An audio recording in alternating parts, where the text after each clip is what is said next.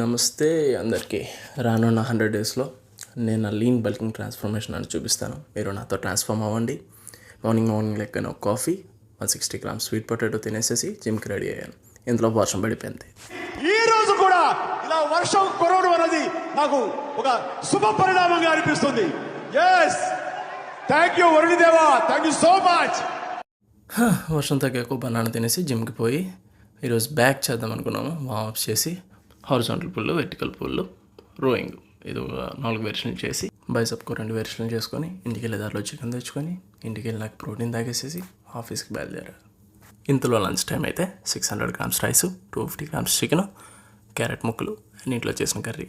ఇంతలో నన్ను బిర్యానీ చూపించి టెంప్ట్ చేసి తినిపించుదామని చెప్పేసి ప్లాన్ చేశారు కొంతమంది. Chilli women. తర్వాత బ్రేక్కి ఏమో ఎగ్స్, పల్లీలు, ఇంకో బ్రేక్కి ప్రోటీన్ తినేసేసి ఇంటికి వెళ్ళిపోయి రైసు, ఆమ్లెట్, ఇంట్లో చేసిన కర్రీ తినేసి ఖతం చేస్తాను.